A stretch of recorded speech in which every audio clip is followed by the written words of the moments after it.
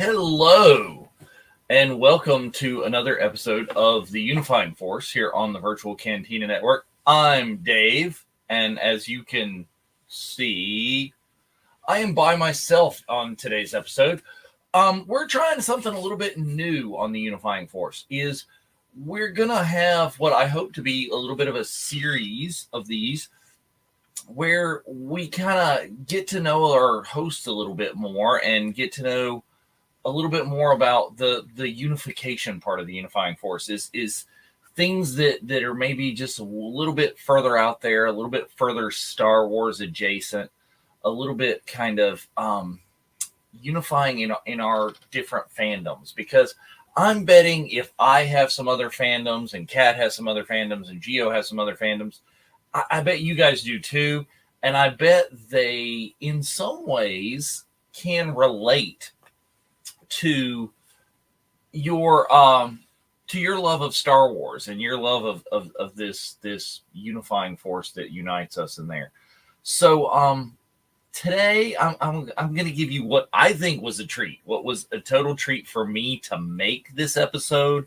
I went kind of all out and made a few extra kind of things there for you so you guys can see. So we're going to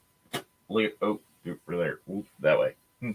We got some slides running for you, and that's going to help you kind of see what I'm talking about here, because we are going to talk about the top 50, the top 50 cartoon shows, in my humble opinion, of the 20th century. Yeah. I know, the 20th century, the 1900s, as the kids call it. It's like, way long time ago, because we're old people. Not all of us are old, but I'm betting, most of you are older than you would like to be or than you think you are in your brain. So let me give you a couple of my biases and stuff first. All right. I am late 40s. I'm born here in the middle 70s. And I'm, of course, male. I grew up watching some fairly stereotypical male cartoon shows. But I also have a kind of an Irish twin sister who is just a year and a couple of days younger than I am. So we both grew up more or less as twins. And I had a lot of experience watching some more of the girlier shows that were on in the 70s, the 80s, the 90s, and as well as I have a couple of younger brothers that are way younger than the two of us. And so I've got some cartoons in some different generations because, I am a big kid and always have been a big kid and grew up watching kind of their things too. You may disagree with these top 50. This is my order, and I've adjusted, I've changed, I've been working on this for a couple of weeks. So in the chats, type it in there and argue with me. Let me know. I hope to maybe one of these days we'll have Geo and Kat back on, and we'll kind of talk about this episode and what I have to say, and see how it goes, and see if we have some agreements, some disagreements. I am only counting cartoons that are shows. Okay, cartoons that have become shows. I've got some air dates on there, and they are kind of their original airing dates and what they are. They many of them went for years upon years in reruns. Some of these, I didn't count a lot of stuff that was like theatrical stuff that only really aired before movies, like those cartoon shorts, because that was an important part of the early part of the 20th century, is the cartoon that came on before your feature movie. I didn't count animated properties that are in animated properties that are like theatrical only. I think that would be a whole other show, which if you want it, comment. We may give it to you anyway because we love that sort of thing. But this is what I got. Okay, this is the top 50. We're going to count them down from 50 to number 1. Top 50 best, my favorite, I think influential, and we'll count them down and we'll discuss them. And let me get to my controls here. Like I said, trying the new thing out with the slides. We'll see how this goes. Number 50. All right, first couple of these, it's a thing. Number 50, Futurama. All right, I am not a huge Futurama watcher. It started in 99.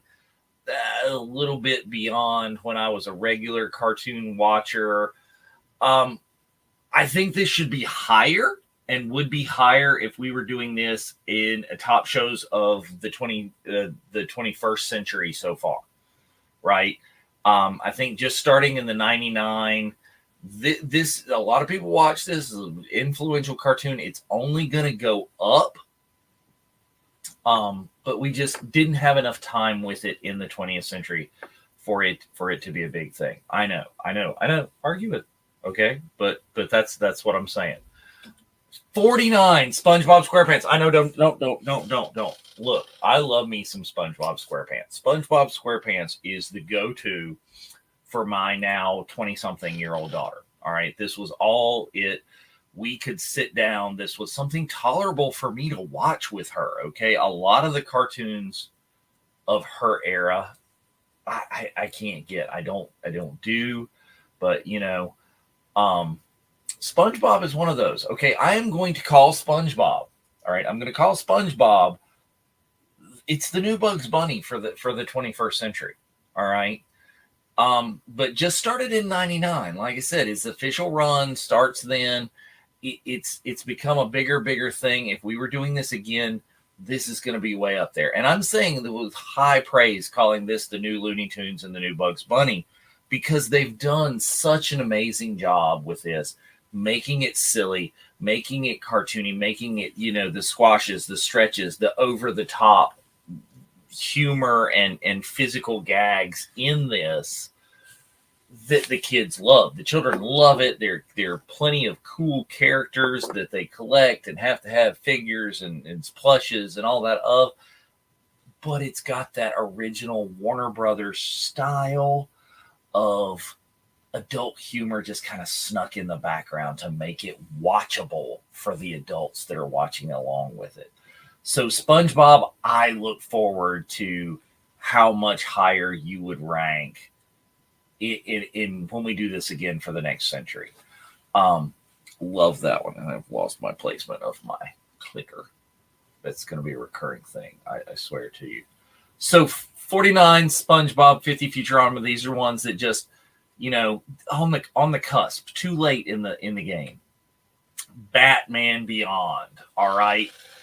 It pains me to put Batman Beyond this low on the listing. Okay, at 48, I love me some Batman Beyond.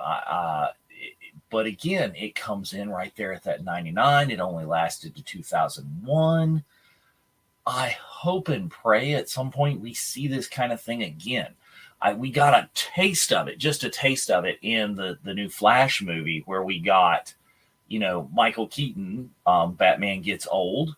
I would love to see a full film of Batman Beyond where Michael Keaton is older Bruce Wayne and he's training the Terry McGinnis character. I'd love to see that. I mean, I think that would be an amazing kind of thing. But this tells you, as much as I love this show and as cool as I think this show is, and I think this show brought in a lot of the like later superhero kind of shows, and I think it was influential. I think it was well made. It was a blending of kind of a newer style than cartoon shows before that. As influential as it is, this is a heavy hitting list. Okay, there's a lot of great stuff, and so this one comes in regrettably a little bit lower than you would think. 47. Dr. Katz, professional therapist. Yes, I know. I've ranked Dr. Katz before Batman Beyond. Hear me out. This is way groundbreaking. Okay, Dr. Katz. If you haven't watched it, look it up. It's got to be on YouTube or somewhere. You've got, just it's almost like a sitcom real show that is like just really squiggle animated.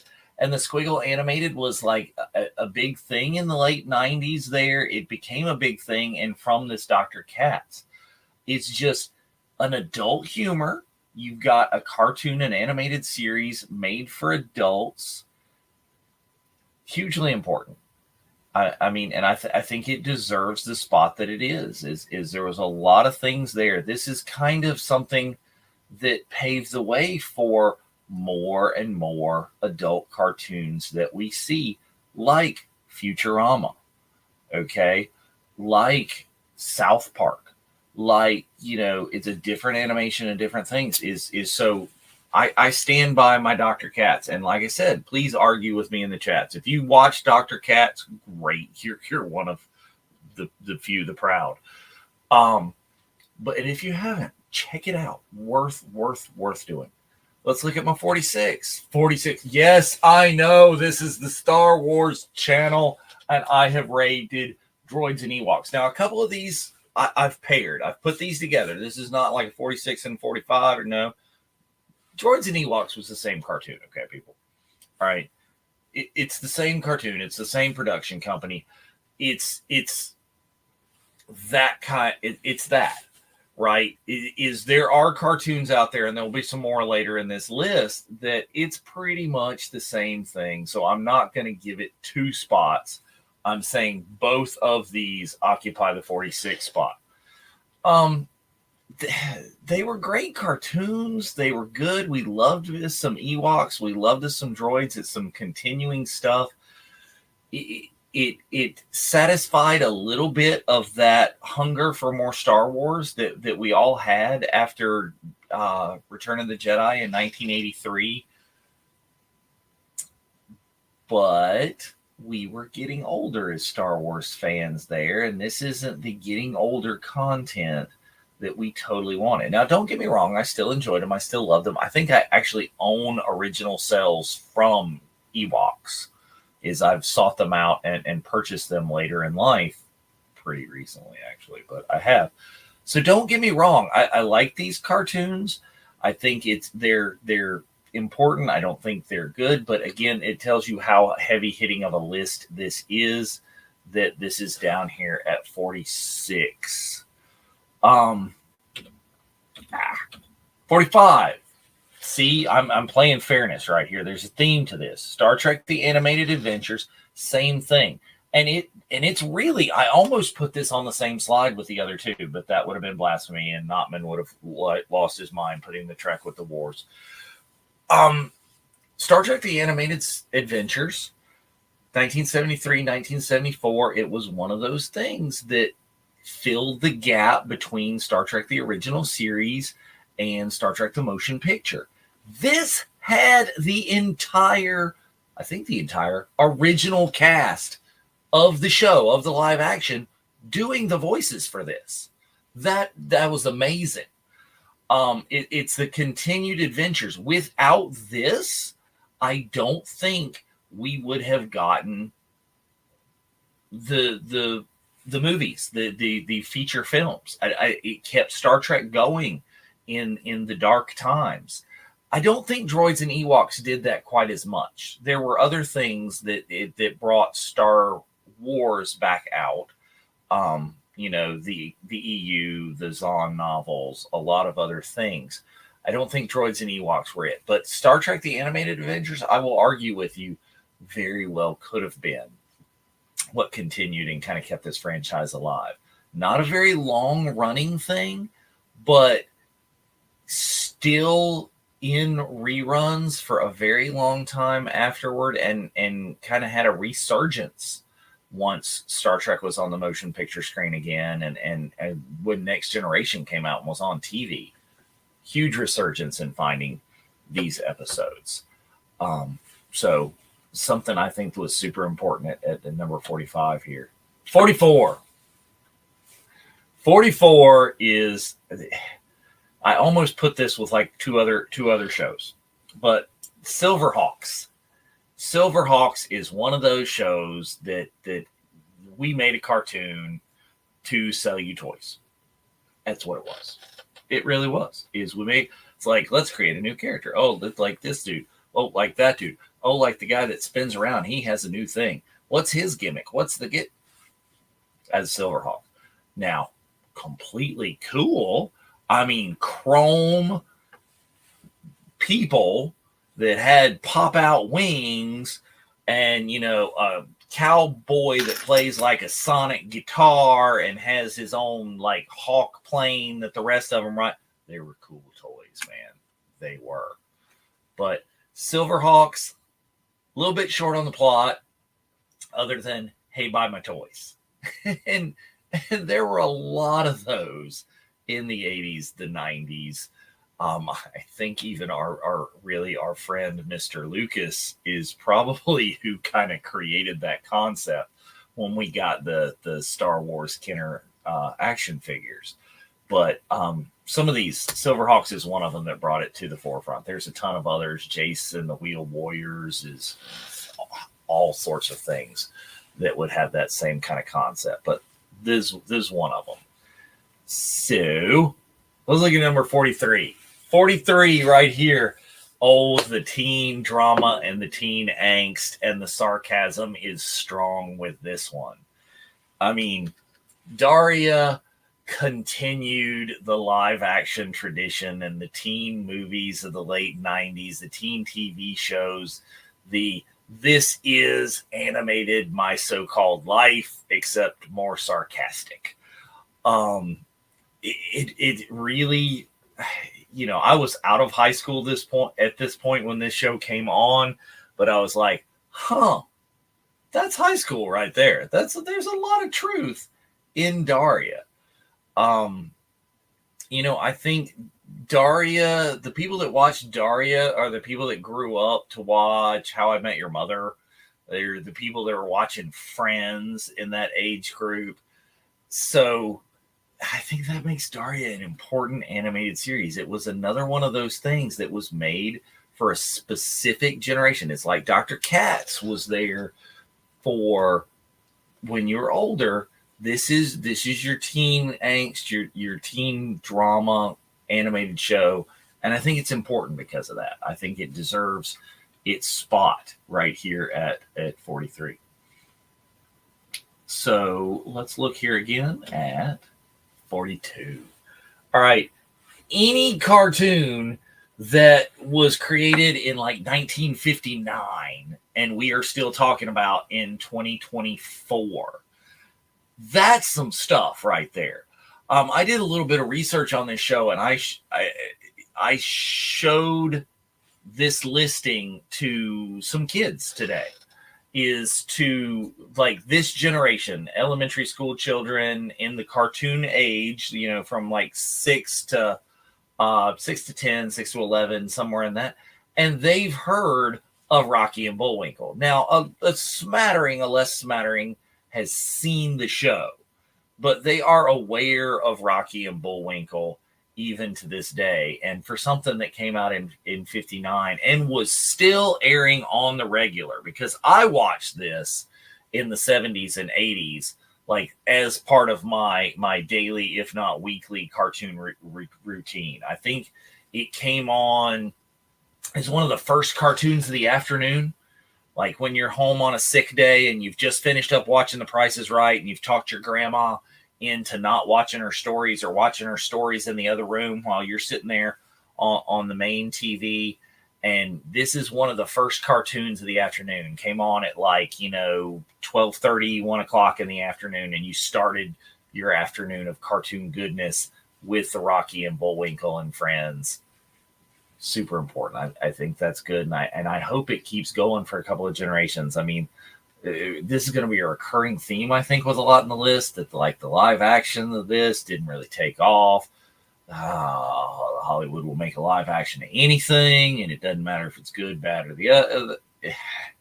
I don't know. I think they're an exercise in keeping the copyright in your stable. But again, 1959 to 1964, and we're still talking about it. Excuse me, a little beverage there. Captain Planet. MCU. This is where you came from right here. I will die on that hill, to where this is a very early superhero show. And I think a lot of people that are in there, if you have not seen, I think it was a Saturday Night Live sketch of Don Cheadle playing Captain Planet, go look that mess up. Don't do it at work. Don't do it around your kids. But go look that up. If you didn't know, you've got these teenagers that all have their own individual little power rings, and by our powers combined, they're like wind, water, the elements. By our powers combined, he's Captain Planet. And then you got this superhero.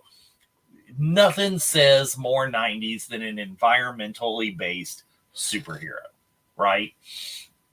I think that is just the stuff. You get feature film themes with eco theme. You get Fern Gully out of this. You get all these kind of combined superhero shows. This is where a lot of that superhero stuff it came from. And did this come from the desire of more superhero? Did it come from the movies? Did the movies come to? Who knows? That's for other people to argue. Superheroes were on the resurgence in 90 from Batman 89. Batman 89 blew stuff out of the water, and people were on the scramble to get more superhero content. So just go. And this was one of them. And it really, for what it was, not bad. I mean, I've watched a little bit of it lately, and does it hold up? But I've seen worse. It could be worse. 40, Underdog. Again, this was from 1964 to 73. This is going on before I was born, yet they were still rerunning it. They were still sending this out. This came from Underdog is the original Superman serials from like the 40s. It's what this guy is it's a Superman as a dog. So I mean, where can you go wrong with that? I love it. He's the mild mannered, he's got the girlfriend with the thing. Underdog is a good show. I don't care who you are right there. So I love talking about some of these classic ones. I really do. There's some other classic ones in this vein that probably should have made this list, that could have made this list, that I probably should have kind of put with this. I'll kind of tie Underdog and Popeye. Popeye I left off a lot because again, a lot of that Popeye started in kind of theatrical, cartoony kind of things. But he did have a show, a collected show, kind of like these guys did. But I'll go ahead and give a shout out to Popeye right here at the time at number 40 in this kind of vein with your Underdog. And of course, the same kind of thing from 1955, we have Mighty Mouse. Why were these cartoons still on in the late 70s and early 80s? Because they were that good and their messages were still carrying, okay? Is they still held up animation-wise? Although, Mighty Mouse may be a little bit simpler. But here I am to say that day. Super great theme song. I love it. I think you're getting in here. We're down from the first 10. We're in the top 40 here. Mighty Mouse is deserving. And it's another kind of Superman clone, but a worthy one. Sometimes like I said, my little thing goes. Here's two more that I've put together, and these are two more that are pretty different. They're separated by almost 10 years, 7 years. Is 1968 to 1970. You've got Wacky Racers, all right, and then it's Hanna-Barbera, and then later on 77 to 79. I had no idea until I looked it up for this show that Scooby's Laugh Olympics was that old. Is because I remember watching this, I think on like the USA Network, like when we first had cable. Is the Laugh Olympics was just going. You've got Grape Ape and Scooby and Wally Gator and all the Hanna-Barberas. And why I have these together? It's the same show, man. It's bringing all the classic characters from that stable, from that cartoon stable together and doing like a mashup theme. Is Wacky Racers is like, Mario Kart or Cannonball Run or whatnot going on there. And Scooby's Laugh Olympics is Battle of the Network Stars. Did anybody ever watch the live action Battle of the Network Stars? I mean, it is fun programming. I think it introduced me to a lot of superheroes and cartoons and things that I didn't know about. Is like Muttley. I hadn't seen Muttley in anything else before Wacky Racers. Is Blue Falcon. I think it was a Blue Falcon in there. That was great. Dynamut. All of these really kind of introduced and had all these characters in these kind of mashup shows.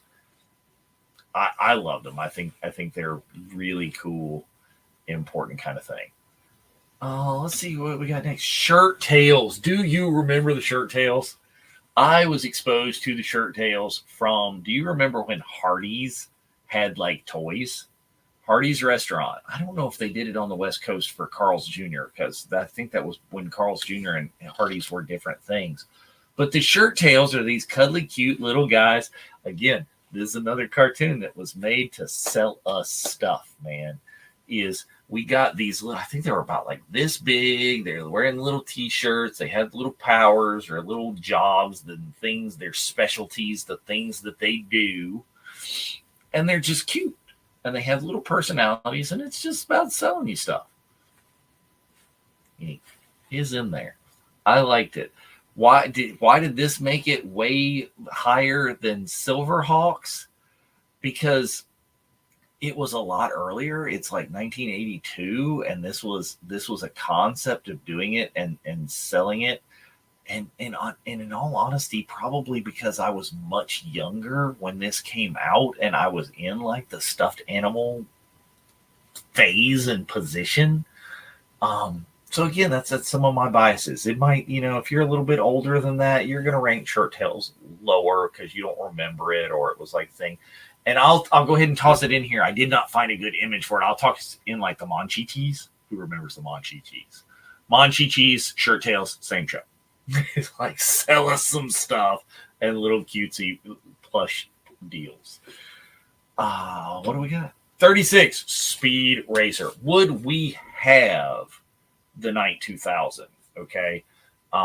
Where is Knight Rider? Where are like the James Bond cars? Bond cars might have been kind of maybe Bond cars inspired this. Maybe this inspired Bond cars. But definitely, this is out before Knight Rider, and we had Kit. The Mark V. The Mark V was the car.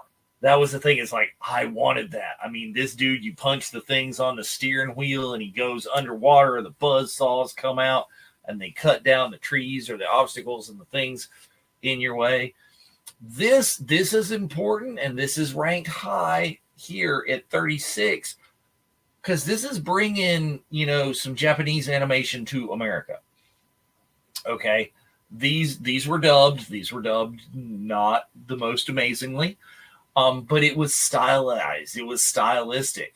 You just passed right over it. You accepted it, and you go like Chim Chim and these are just shows we might not watch today.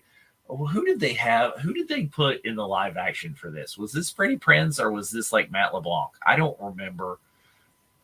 But live action, I think it was just a little bit silly to work, at least in America.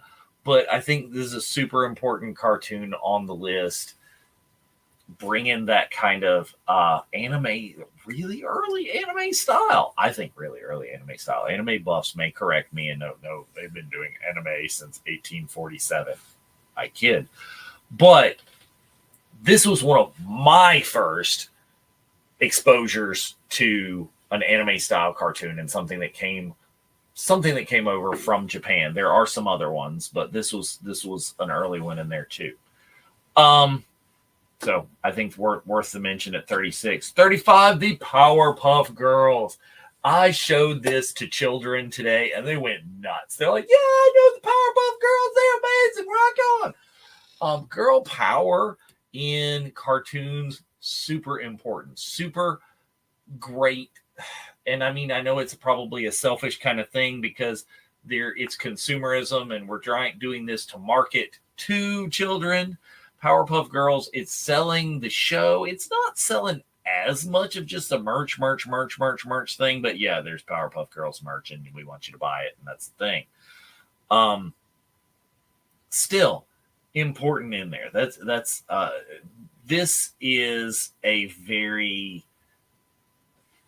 Japanese style again, and bringing that over and bringing that into the mainstream. I think without Powerpuff Girls, you don't get Dexter's Laboratory, you don't get the Fairly Odd Parents, you don't get a lot of cartoons that many of which did not make this list because again, this is starting in 1998. We had 2 years of it before the turn of the century, but I think it influenced so many more of the cartoons and the cartoon styles that started to come out in the 2000s that I think it's super important and deserves its spot right here. 34. Take a classic 60s and 70s property, and what do you do to update it for the 80s? Is you make them babies, right? Let's take the Muppets and let's make them babies. And why on earth, I'm just seeing this now, did I manage to find an image that doesn't have baby Kermit in it? Oh, man. Yes, this was selling us some toys. I got like an entire shelf over there of Muppet Baby, like Happy Meal toys that I had to go. And it's like, yes, I need a Chicken McNugget Happy Meal with the high C orange drink and some fries. This is no stinking apple slices here. I want me some fries and some nuggets, and I need me a Muppet Babies toy. That's what this was. But this was some of that kind of high end, like Henson stuff to where this is tolerable as older people watching it, because you're gonna hide, like the Muppets itself, you're going to hide some more adult humor and things and stuff in there. So go for it, Muppet Babies. And all sorts of, I think the Muppet Babies had all sorts of different, they use classic TV like tropes and things in there. It's like, you have a musical episode and you have one that's The Great Escape. This is like, I don't know, the Magic School Bus before there was the Magic School Bus. This is Muppet Babies. There's the greatness that was there. I mean, what has Henson Studios done wrong? I can't think of it. I'm sure there is something, but I can't think. Dexter's Laboratory. It's not Dexter's Laboratory. It's Dexter's Laboratory. Again, late 90s into the 2000s. This kind of late, this different style of animation, this vastly stylized shape of human beings. It brings you the Fairly Odd Parents. It brings you all of those things it brings you probably even like Cow and Chicken and things into the 2000s. So it's an important one. It's got your adult humor and things, and it's got your this you don't have Phineas and Ferb if you don't have Dexter's Laboratory right there, because that's bringing what this is the clueless parents and the kids doing the whole thing. That's what it is. So really appreciate that show. Josie and the Pussycats. And I think I should have put totally on this same slide Jim and the Holograms. Josie and the Pussycats, Jim and the Holograms. It's there. This, I think, came from originally Archie Comics. Is Josie and the Pussycats, the characters on there, is this came out of the Monkees. You've got let's make a fake band, a show about a band that's not a real band, but it's a fake band, and then that fake band becomes a real band because they cut albums. Josie and the Pussycat have like LPs. So that's super. That's an important thing. It's really nice. You've got like an important soundtrack to go with this. I think Josie and the Pussycats did a crossover with like Scooby-Doo and those Scooby-Doos when they do the meetups and greet-ups with all sorts of people. And again, from 1970 to 1972, this brings you Jim and the Holograms in like way glam rocked up in the 80s. And then Josie and the Pussycats, like they did this in the 90s, early 2000s again, as they come into live action. Everything circles around. So when we're talking about something from 1970, which it hurts my heart to say that, I think of 1970 as like 15 years ago, but it's, in the neighbor, it's like 50 years ago. So, wow, we're still talking about this. It's still important. Is that's getting there. So 32, Josie and the Pussycats. 31, the Pink Panther. Again, we are talking about something from 1969. This is adult humor mixed in to beat it. This is a very stylized. Episodes of the Pink Panther where the Pink Panther doesn't talk.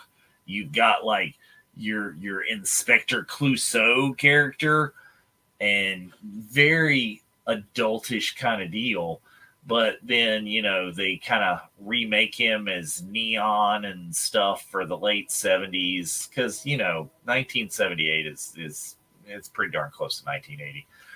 And they're still running these things. You can still see this. So Pink Panther, very stylized, a lot that you can do with a character that doesn't really speak. That's cartoon right there. That's like the comic book. That's the cartoon version of G.I. Joe's The Silent Issue. Is like we can tell an entire story without the main character saying anything. I'll buy that story. Inspector Gadget. This is what I think of every time I look at my smartwatch. Is Penny like dialing up Brain on the little pocket wrist computer, right? Brain was the dog, by the way, and Penny's the little girl, and Inspector Gadget is an idiot, and she's the smart one. So again, kind of theme of children's TV shows that kind of even bled over into Full House, where the adults are idiots, but the children kind of rule the deal, and it's a good show. 83 to 86. This is good. Go Gadget Helicopter, man. Is everything that comes out to the house. Who did this have? I think, did we end up with Ferris Bueller as the live action version of Inspector Gadget? Am I making that up? Did that actually happen? I think it did.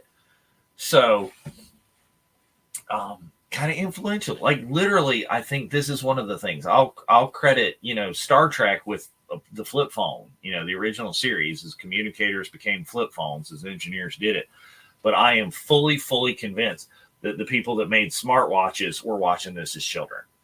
And, if you're doing that, I didn't get that. You see now see my watch is talking to me now because it's smart. It does that.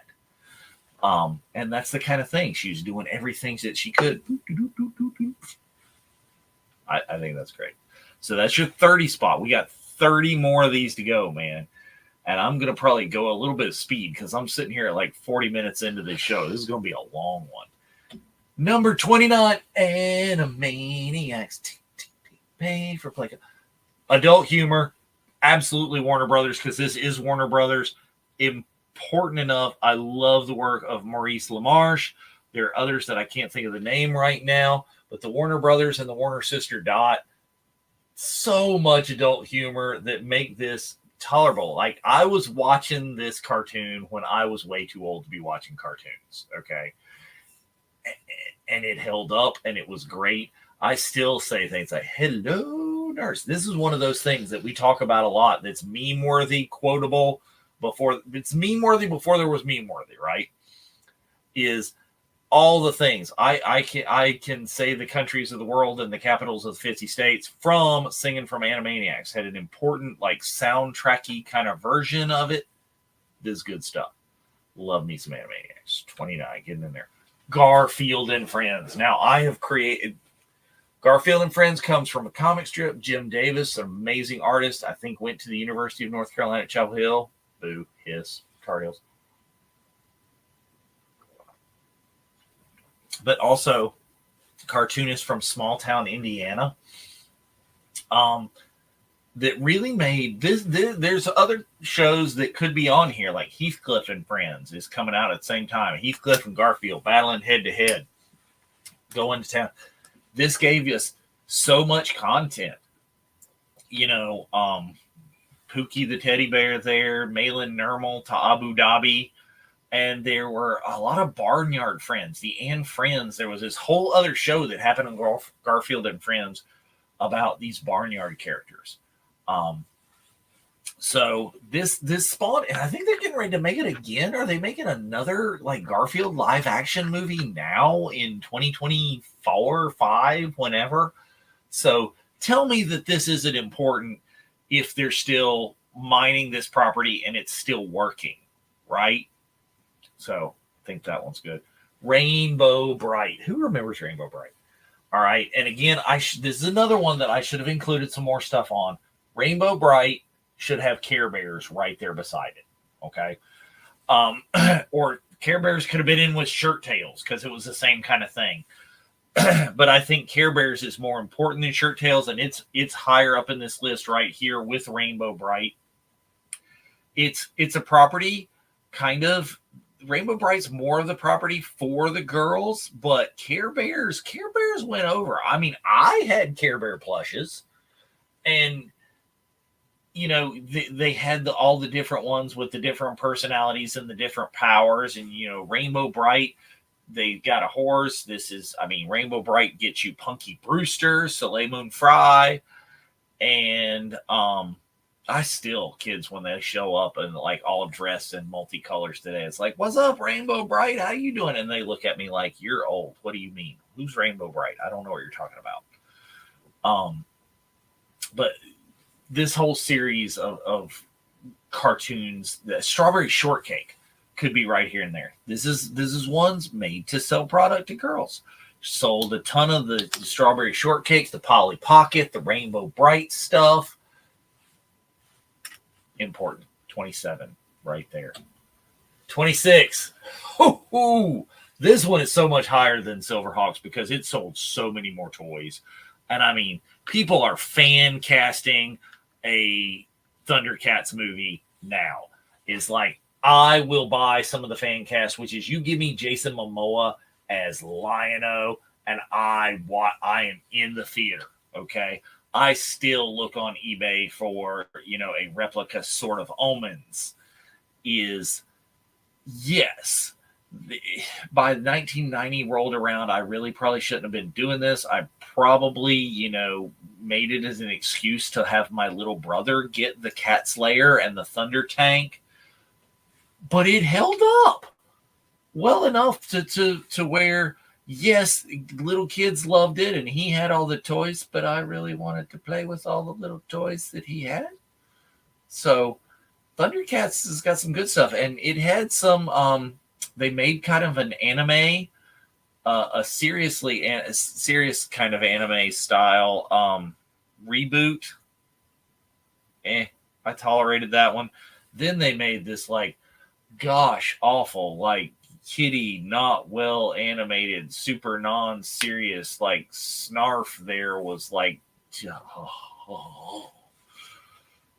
Reboots hadn't been great, but a good live action reboot of this, I still want that. I think the technology is probably there now. I don't think in the 80s, the 90s, we could have had the right costuming to make this work, but I think maybe we can now. So I'm anxiously awaiting. 25, we have had a reboot of this. Chippendales Rescue Rangers, okay? This has got some of the greatest cartoon voices of all time. It has spawned Gadget's Go Coaster, an actual ride at Disney. I mean, you've got Indiana Jones and Magnum PI as chipmunks in this. Can you ask for anything more? And it's like a hero show. It's Disney's The Rescuers. It's that kind of thing. They've got this cobbled together kind of ship, and they go out. It's okay. I'm going to really show like my fatherly age here. It's Wonder Pets before there were Wonder Pets. Did you guys watch the duck and the chicken and the turtle and the Wonder Pets? Okay, Wonder Pets. My daughter loved that. So it's that. And it was a part of the Disney afternoon. The Disney afternoon was life. Okay. So many great shows, and you could just sit down and watch cartoons for hours. Rescue Rangers is a super important part of that. And I will justify this at number 25. So we are halfway there, man. Halfway there on the top 50. 24, Ren and Stimpy. Okay, this came from a movie. It did. Okay, this was Spike and Ike, Spike and Mike, Spike and Spikes. I saw it. It is late night, crude. This is important. It's late 90s, and this is what gets us a lot of the really crude humor, crudely drawn, gross out comic stuff that you see in the early 2000s and that you see still coming forward to now. So, Ren and Stimpy, and I still constantly I'll say Stimpy, you idiot. Yeah, no, I quote that, and people look at me like, what? 23, Tiny Toon Adventures. Okay, Tiny Toon Adventures is kind of in that same vein. It's the father of Animaniacs, right? Or maybe the older brother. I don't know. But it's in there. It's bringing classic Bugs Bunny, classic Warner Brothers stuff back into a new generation. 1990 to 1995. Again, I'm too old to be watching cartoons at this point, but I would watch this every freaking day. I have seen so many episodes. The soundtrack on this, okay, they got a very early in the They Might Be Giants is doing music videos. So they have entire musical episodes of this show. Is Istanbul, not Constantinople. Particle Man is wow. So much like adult water go down the hole. Water go down.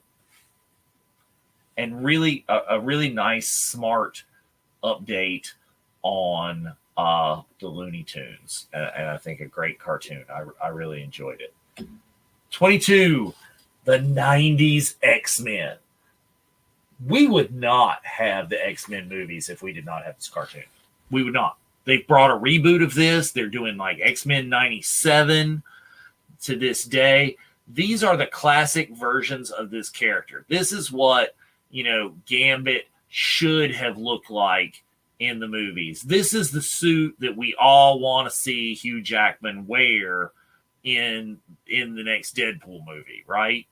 So tell me that this is not important. This is just one of those things that kept superhero franchise alive from the superhero from that superhero part of the 70s, where we had Chris Reeves Superman and that sort of thing, and it kept it going and this came back again when Keaton's Batman came back in '89. It was a long period in there, and this kept it moving. And this is the grandfather, the great grandfather of the MCU, people, or what we hope brings the X-Men into the MCU in this next phase, as we really want to see all that kind of go in together. 21. Okay. Fairness, today when I updated this slideshow, or in the last couple of days, news has made me move the real Ghostbusters up like 7 or 8 spots. Because Maurice LaMarche, who's one of the voices here, one of the voices of the Animaniacs as well, did this article recently talking about the influence of the new Ghostbusters Frozen Empire trailer and how much similar it is to these episodes, these continuing episodes of Ghostbusters. All right, we had a movie, we had 2 movies, and that was, it for the longest time, but we had just episodes and episodes and episodes of this show. This is like a 5 years worth of this show, hundreds of episodes, further character development. I mean, it's not like Star Trek the Animated Series. They did not get the original voices. I mean, we've got Dave Coulier in there. We've got Arsenio Hall. But why Arsenio Hall was more Winston when Ernie wanted to be Winston, I don't know.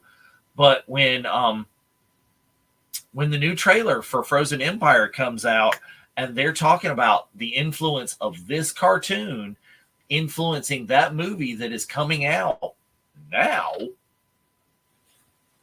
worthy of nearly cracking the top 20. And if that's nearly cracking the top 20, what kind of goodness have we got in the top 20? Okay. You ready? You ready to dive in there? All right. Let's see what we got. Smurfs. Okay. Enough said, right? 1981, 1989. It's made a couple of live action movies. Everything was Smurf for the longest time. Again, the shelf of Happy Meal toys that's underneath the Muppet Babies is an entire shelf of like Smurfs. You don't have Smurfs, you don't have the California Raisins. If you don't have the California Raisins, you don't have this. Is so many properties and things. Smurf this, Smurf that, Smurf you. All right. Good show.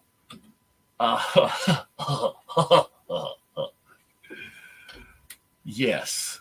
Sadly, Beavis and Butthead is this high in at number 19. I think, all right, is again, MTV is adding animated content, is putting this stuff out. If you don't get Beavis and Butthead, you don't get Dr. Katz. If you don't get Dr. Katz, you don't get Daria. If you don't get Daria, you don't get the Max. A lot of stuff, the adult animated content there, McFarlane's Spawn,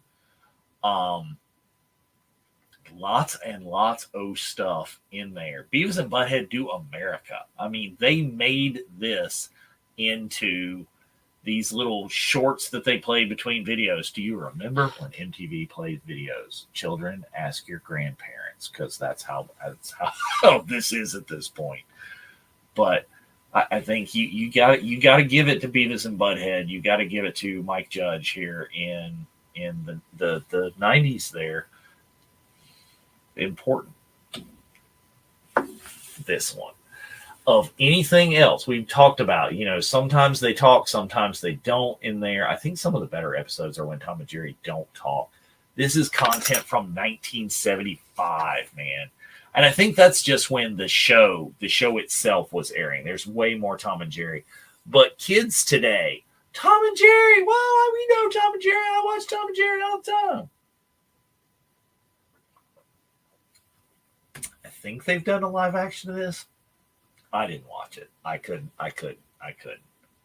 There's some things that you don't need to touch. And this is one of them. It's like, if they ever make a live action freaking Mickey Mouse, that's the kind of thing. Don't do it. But Tom and Jerry, great stuff. One of my favorite episodes ever. Did you like the robotic Tom and Jerry where they make the robots? how cutting edge is that in 75 and 77? Is they're making drones of themselves to like do their fighting for us. That is like next level meta in this stuff.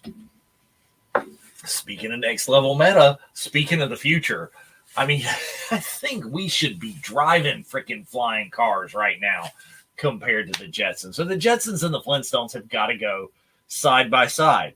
I mean, the Flintstones was the honeymooners. This was an adult cartoon, but so much kid humor it became in the reruns. We all watched this. I mean, Pebbles, Bam Bam. Oh my gracious!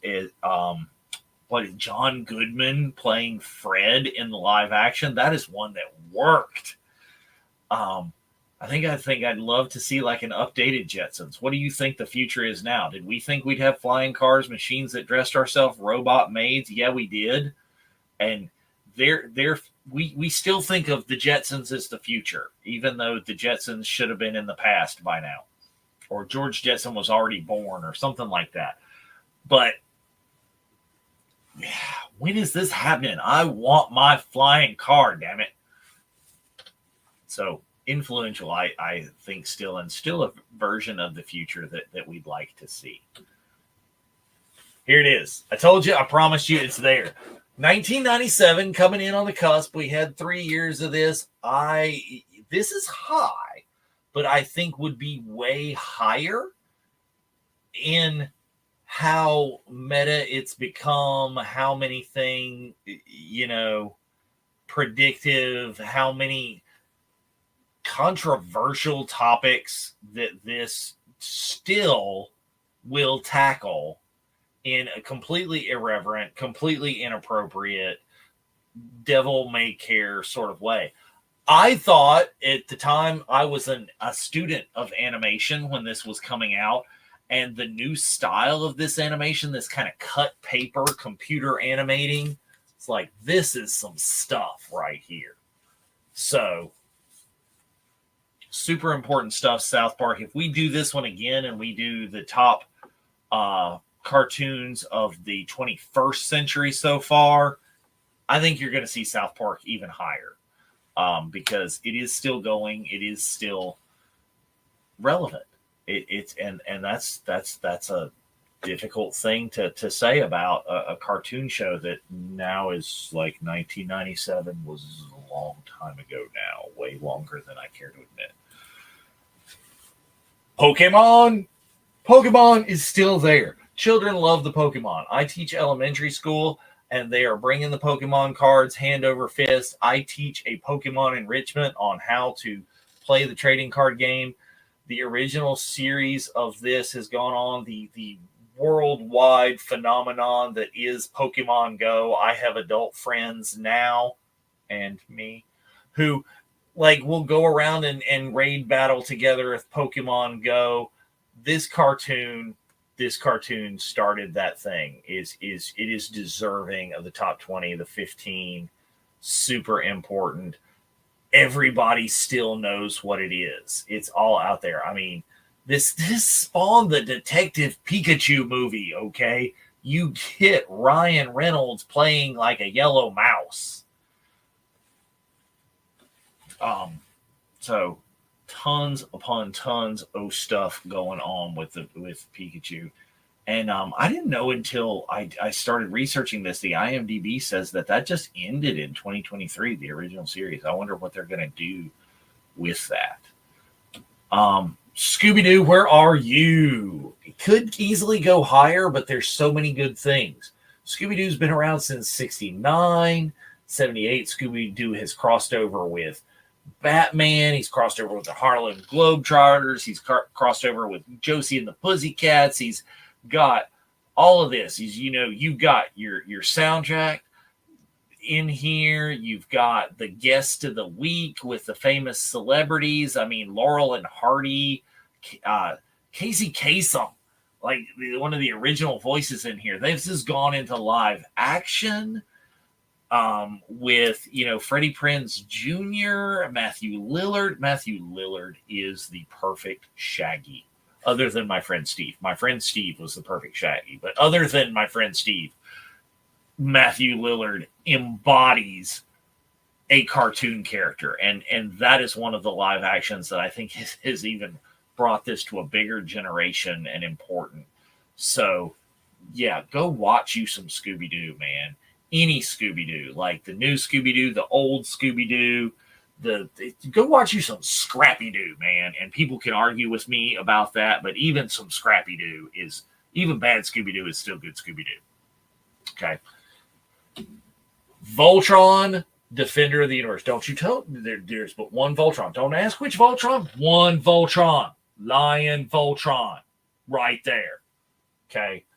I mean, how much stuff did this bring about? This is bringing Japan here. This is bringing giant monsters, kaiju, all sorts of things that were huge in Japanese culture and cinema and television, and we're bringing it to the United States. And we're bringing it to the United States. Why? To sell you toys. And did it work? Yes. Lion Voltron is sitting right there. I have it. I have 14. I have the version where you just put them together. I have the version where you put them inside the lions. I have the version where you do this. I mean, Voltron. It has had a couple of reboots. I think the reboot wasn't super bad. I think it held my interest for a while. But for a 1-year cartoon, 1984 to 1985, this got some stuff. I think this the lions that transform into the giant robot, this brings us a lot of stuff to and influence Transformers like the Constructicons and the aerial bots and all sorts of the ones that formed a giant robot together. Lion Voltron. So super, super important. And I loved it. So you can argue with a lot of these. I argue that maybe this should have been higher, but I was trying to be fair with my love for it. Star Blazers, the giant battleship in space, the space battleship Yamato. What is this not? It's everything that it brought us Voltron. I mean, look at those outfits on those dudes. Those are the Lion drivers. It's Battlestar Galactica. It's bringing Japanese animation over here, and we'll still watch that stuff dubbed. If you have not seen this is one of those that's kind of obscure. Go look for Star Blazers. I don't remember what it was called right now that I'm on camera. I would know what it was called in Japan, but go watch this. Fat Albert and the Cosby Kids. Okay. We got, Bill Cosby coming in and selling us some Jello pudding pops, and we're watching some episodes of the Electric Company with Spider-Man, and then we got Fat Albert, and we come in and it's like some live action, some animation, and then the be-all of all end-alls is my probably first exposure to an African-American superhero is the Green Hornet, man. Green Hornet? Brown Hornet. The Brown Hornet. And we're like, wow. The big Hornet spaceship and the thing, and they were watching it, and we were watching it. And yeah, it's a product of the 70s and 80s, okay? It would not be perfect in today's world. But at the time, and for the awareness that this brought and the love that this brought for this particular kind of style of group together cartoon, and this is some good stuff, okay? Fat Albert and the Cosby Kids. And it's like picture pages with Bill, the talking little marker, the marker with the Bill Cosby. Just saying. If Bill Cosby hadn't gotten big doing this, we would not have the Cosby Show. So, Fat Albert and the Cosby Kids. Need I say more? This is the DCU right there. This is the 70s Christopher Reeve movies. It's like, look, right there. Aquaman, we got a movie with him. Robin, we got a movie with him. Batman, we have so many movies with him. Superman, how many movies do we have with him? Wonder Woman, we have a great movie with her, ignoring Wonder Woman 84. But we've got the entire Linda Carter series. Yes, they haven't had the super kids and stuff in there. They haven't had Zan and Jaina. There were so many more of this and so many iterations. The Legion of Doom, all of these things. John underoos, baby. This sold so many pairs of like underwear and t-shirts, and the fact that we're still wearing superhero t-shirts and stuff today. This inspired me to do a cover for the yearbook of my elementary school. It is that exact kind of thing there with school-based superheroes. This is still coming. This is still where people look for when you want to know who Superman is, who Batman is, what's their personality, what's their deal, what should we be doing with them in the DC universe going forward. This is where people are looking. All right. It is number 10. Should it be higher? I don't know, but there's still a lot of stuff going on. Okay. Bear with me, people. Okay.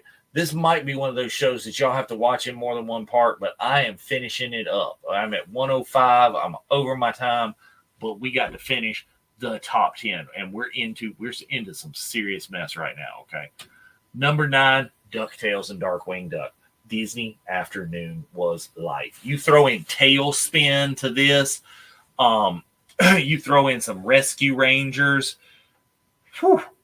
Disney had the stuff at that point. You know, they brought back DuckTales, and it had some homages to this. I didn't love the new animation style, but it wasn't written for me, the new one. It brought it to a new generation of children. Darkwing Duck is your Batman parody. You've got it going with Batman, the animated series. I have run into Disney cast members that, are from St. Canard and have the like those subtle, hometowns on their name badges even today. I think this was just a few years ago that I ran into somebody with that. But these are some good shows. Okay, you're talking about Darkwing being a parody of the Thing. Yeah, that's some good parody TV. It was a great sequel spinoff. DuckTales ends up in its sequels and spins off into Darkwing Duck. You got the characters. Launchpad McQuack. You can still find Launchpad in the parks. You got to look hard, but this is where Launchpad came from. Good stuff right there. Is you got to give that respect. This is personal bias, okay?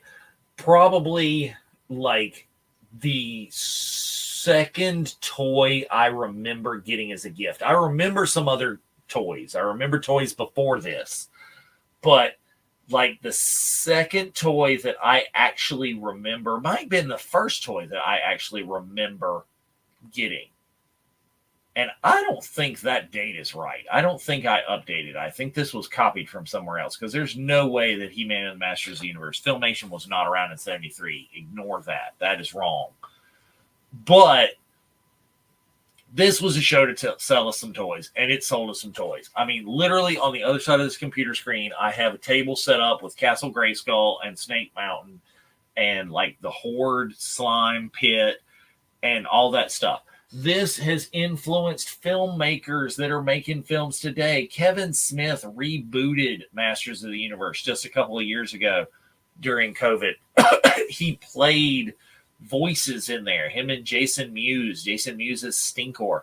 So there are adult people in the film industry right now, writers, directors, who are going back to this childhood stuff and bringing it into the new one.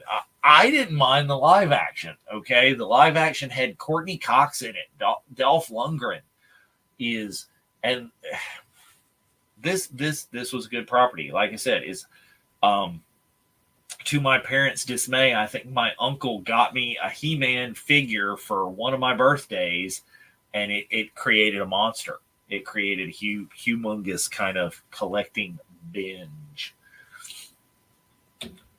7. Eastman and Laird's Teenage Mutant Ninja Turtles. This is the classic one, 70s and 96. It's been rebooted. It's been live action rebooted. It's been anime rebooted. They've turned it into more an even kiddier kid ones. It's been 3D animated. man, Ninja Turtles is still going in comics and TV and everything. It's had Stephen Amell as Casey Jones. It's had all sorts of people playing. The guys that are the Ninja Turtles and the original April O'Neil are still doing the con circuit. People love them. This is so important. I, as an art teacher, use the Ninja Turtles, which children know, to teach the actual artists that the Ninja Turtles are named for. It's like, oh, the dude, Leonardo da Vinci, Leonardo da who? The Ninja Turtle with the blue and the swords? Boom, that dude. Okay? He is named for this, and they were all artists. This is some influential stuff. There were tons of toys. They sold tons, every different character, every variation of the character. Let's dress up the turtles. Let's have transforming turtles. Let's have turtles in different outfits. Let's have turtles on skateboards. Let's make a lizard. Let's make a rhino. Let's make a thing. It's out there. I think this is greatly important and has influenced so much. And there became this entire style of like an overseas studio making cartoons and doing all this animation and then bringing it into mainstream. Is Ninja Turtles is there. You knew I was going to get here. If you know me, you're asking how high was this one going to go. Okay. And the fact that Batman the Animated Series that I love, that I collect, that Kevin Conroy was huge. This has Mark Hamill as the freaking Joker. I've got a giant piece over there signed by this. This brought us the other movies, okay? This kept Batman going. This brought us Batfleck.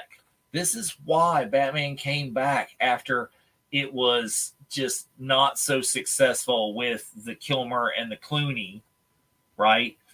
Batman the Animated Series was the serious, the dark. It was the Bale Batman before the Bale Batman was Batman, right?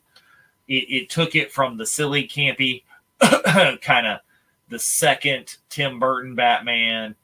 It took us from the Tommy Lee Jones Two-Face, and it brought it back down and made it gritty and really an older teen kind of. You throw in Justice League into this. You throw in the Batman Superman Animated Adventures Hour. All of that stuff goes right here in this place right here at number 6. Great TV. I wish that they would draw for the live action from some of the animated movies that they did here. Mask of the Phantasm, if they just remade that live action, we could have something right there. What else have we got going on at number 5? Okay, this is my bias. Okay, I still collect G.I. Joe. I have met Larry Hama, the creator of the comic, a dozen times. I have so many autographs. Larry Hama has actually written issues of the original Marvel Star Wars comic. He's drawn all sorts of things. I've met Keone Young, who is a voice, Morgan Loftic. Voices of this are still doing cons. They're getting older now. I've met Ron Rudat. I think I actually have a Ron card right here. Some of the creators of the look and the feel of G.I. Joe. Yes, this is my bias that this is important, but I can justify it. They've made live action with Ray Park, a.k.a. Darth Maul. They made another live action Snake Eyes movie, which they're talking about rebooting it again, I think. They're looking at like putting... we've had Channing Tatum in G.I. Joe. We've had Bruce Willis in G.I. Joe movies. And they're talking about rebooting this again with a new cast of characters and heroes and keeping this going.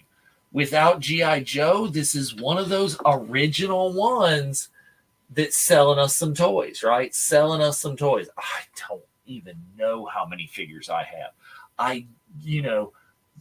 How much I want the 7.5-foot USS Flag aircraft carrier from this. The HasLabs, okay? Hasbro is still making. I just bought a $300 and some odd Dragonfly, which is the helicopter for this, and have it on back order for like a year and a half to get it. So this is still a sellable property. People love it still. It's rebuying things that you didn't have in your childhood. The fact that the USS Flag would have been $140 in like 1985, and I didn't get it. And now that same thing is going to cost like $8,000 if you can find it. This is a collectible thing. This Star Wars brought us this 3 3/4 figure style. See, I'm wrapping it around. Unifying Force. Everything comes around to it. It's right there. So G.I. Joe, and this one came back even itself, 1985 to 1986. The cartoon started, but then it came back 89 to 91. They brought in new characters to sell new toys. Like, again, I am a G.I. Joe junkie. I just got this at a con this year. This guy right here, I never had in the 80s. Very important message, too, is G.I. Joe is a cartoon thing. It's, we talked about, not seeing an African-American hero until you saw Fat Albert and the Cosby Kids. They're African-Americans, they're Native Americans. There are Japanese and Chinese Americans and probably Japanese and Chinese people in G.I. Joe. It's a multitude of cultures. So I will argue to you till my dying day that deserves number 5 right there. So we're in the top 5, people. Bear with me. We're getting there. Number 4, Dragon Ball Z. Fair warning, I don't like Dragon Ball Z. Okay, I respect and recognize its importance. I go to cons, and people who have voiced anything in Dragon Ball Z are mobbed by the fans. They are the longest lines in the con. You will not get anywhere near them without a several-hour wait. Children today know this, and this is an 89 to 96. Like, it's not even when their parents, but when their grandparents were children, okay?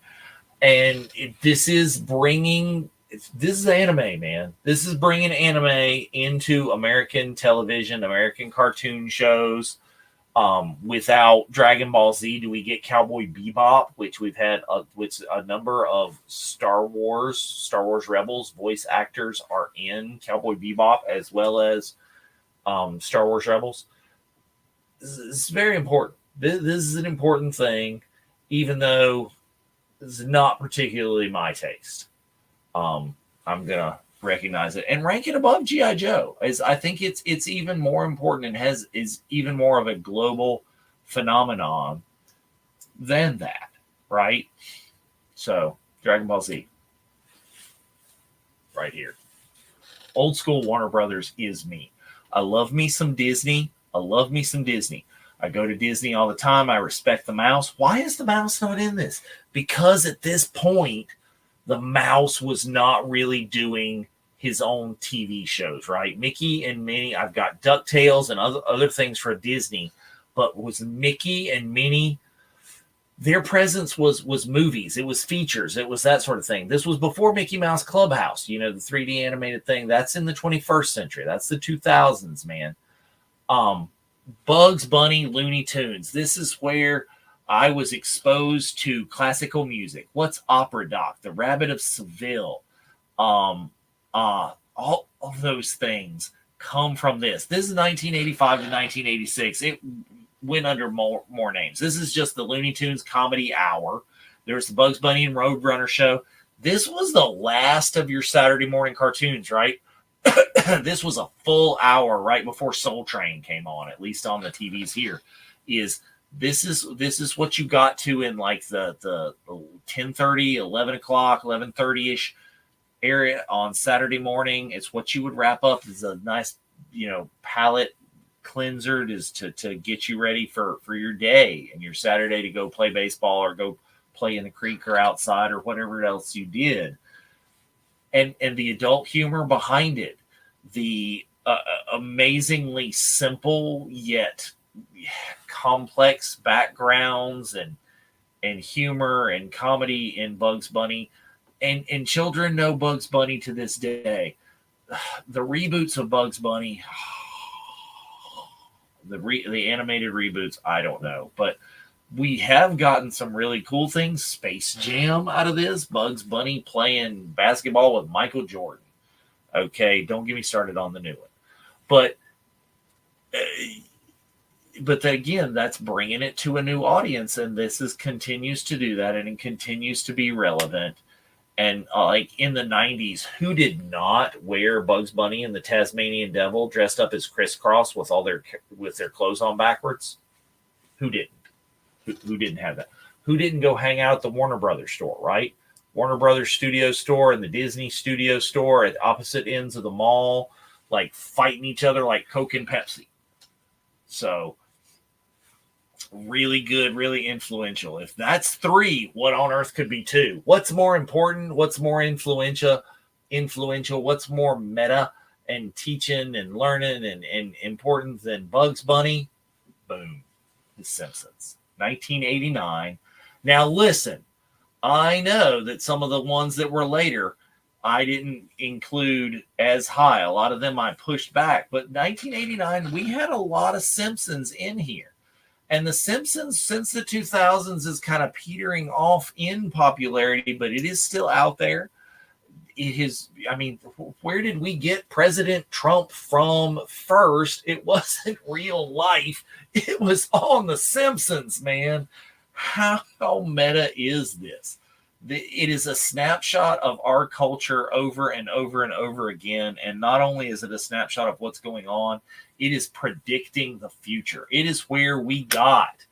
I mean, this is where we get Futurama. This is where Futurama came from. This is where Family Guy came from. This is where American Dad came from. This is where Rick and Morty came from. This is the quintessential animated series. Yes, it got its inspirations from other places. It's inspired by the Flintstones, I'm sure, but how far have they come from the little bitty sketch comedy deal on the Tracy Ullman show? How far has this come? So far. And it's still going, and we don't know where it's going to go, and we don't know where it's going to end, and we don't want it to end. I am not the biggest Simpsons fan on the planet, but I respect and admire its longevity, its voice actors, what they have managed to do for popular culture, and they have sold a crap ton of merch too. You know, that's where this is. This is important stuff. Now, speaking of selling a crap ton of merch, place your bets right now. What has got to be number one? What is out there? What has been overlooked? What have I not put out there? What could be number one? Drum roll. Number one, I think, most influential animated cartoon TV show of the 20th century, and some of that influence is still coming over into the 21st century, is the Transformers. Yeah. Okay, Boomy, argue with me right now. Transformers, what are you talking about? Transformers? No. All right. I said He-Man was probably like the second toy that I remember. It was probably first toy, but it's the second one I remember. I remember getting the OG Optimus Prime, right? Metal toy. This cartoon was to sell us toys, and it did a shit ton of it. Okay. It is still selling toys. Michael Bay remade this, and don't get me started on how Optimus Prime does not have freaking flames down his side, and but it's still Transformers.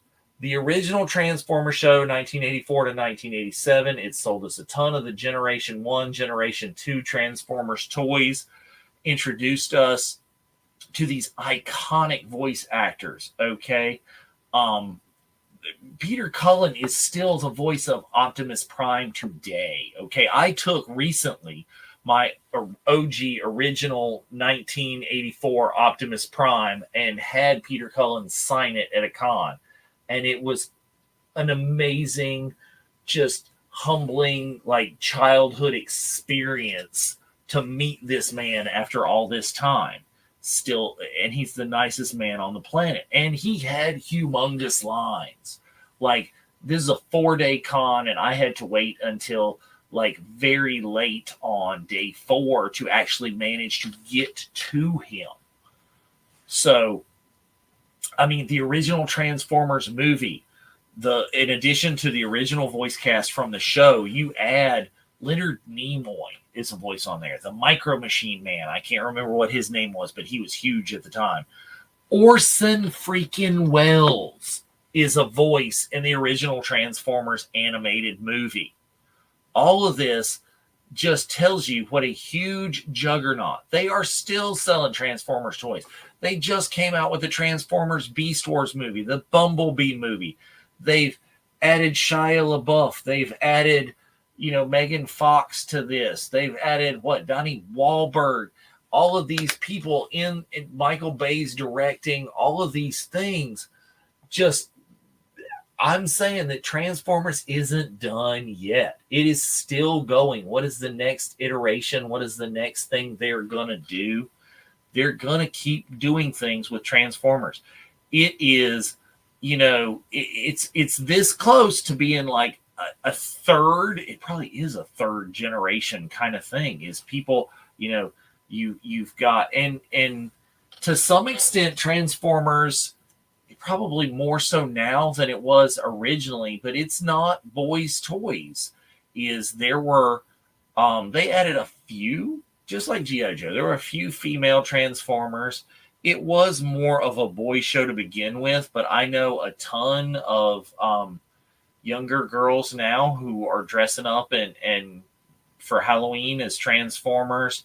It's kind of crossed that line, and it's a both kind of thing.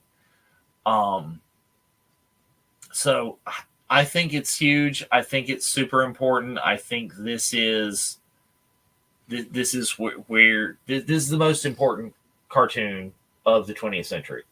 And you can argue it, and I appreciate the argument, and I want to see that in the comments, and I want to have Kat and Geo back on a future episode of the Unifying Force, and let's talk about it. We'll argue this to the bone, up and down, is because they come from a different place than I am. They're different ages. You're probably different ages, but let's talk about it. Let's have this discussion. Let's keep this, and how all things in cinema, in animation, how all of this influences. I mean, some of these anime things that come in here, like the Dragon Ball Z, like the Star Blazers, like the Voltron, have influenced the style of Star Wars Visions, which is popular and out there and there today. So we're all together. It's the circle of life. Everything's integrated. We're all together. All of these places come. So we've gone super long today. It's an 1.5-hour episode of the Unifying Force. I hope you've enjoyed this as much as I enjoyed making this. I got set off on this by an idea from Geo, and I ran with it. And I ran with it big, and have put together some new stuff. And like I said, appreciate you watching it. I want to see your comments. Let me know. And until next time, may the Force be with you. Transformers, roll out.